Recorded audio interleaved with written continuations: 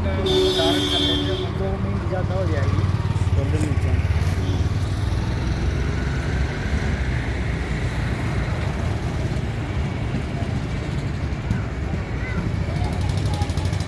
जल्दी जल्दी। आज आप सबको मालूम है कि हमारे देश के ऊपर कितना बड़ा आतंकी हमला हुआ और आतंकियों ने हमारे देशवासियों को, हमारे भाई बहनों को नाम पूछ के मारा। हम इसका भरसक विरोध करते हैं और इस प्रकार की घटना जो हुई है हमारे सबके दिल पे ठेस पहुंची है, क्योंकि इस प्रकार से आज आतंकी हमला वहां पर हुआ, कल हमारे ऊपर भी हो सकता है। और सरकार से भी हम मांग करते हैं कि इसके लिए कड़ी कार्रवाई की जाए। अभी जो एक पति को मारा था तो उन्होंने पत्नी ने बोला था कि भाई मुझे भी मार दो, तो आतंकी कहते हैं कि आपको तो इसलिए छोड़ दिया कि आप क्या, आपके प्रधानमंत्री को जाके बोल देना। तो मैं समझता हूँ कि इस प्रकार के जो आतंकियों के हौसले बुलंद है, इसको रोकने के लिए हम सभी देशवासियों को आगे आना होगा और इस पर राजनीति बंद करनी होगी।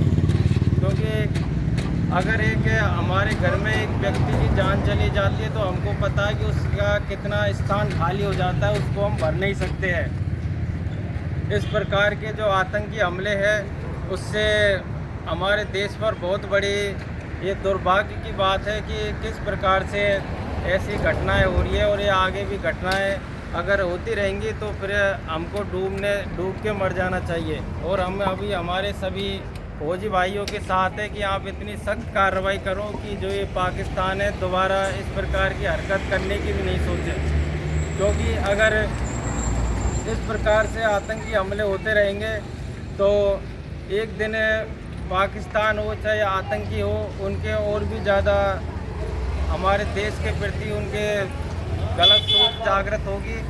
और हम चाहते हैं कि इस पर सख्त से सख्त कार्रवाई हो। आज इसके लिए हमने श्रद्धांजलि सभा का एक आयोजन किया है, हाथ में कैंडल मार्च लेके, और हम चाहते हैं कि अधिक से अधिक लोग इसके प्रति जागरूक हो।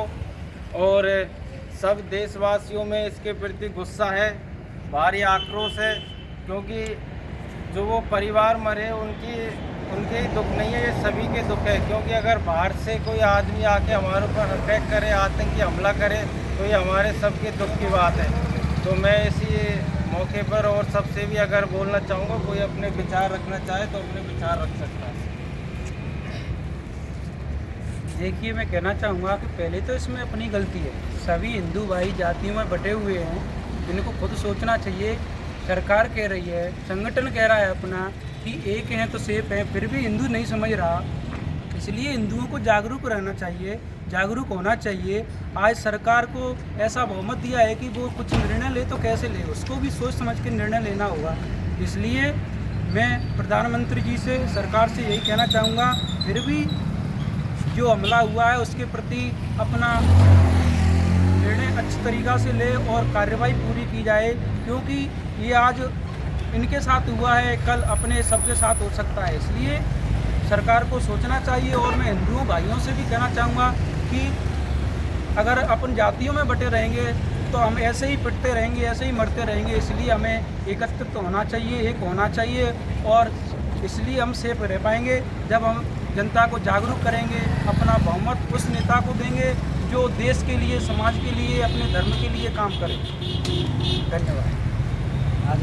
भारत माता की। देश के हत्यारों को फांसी दो, फांसी दो।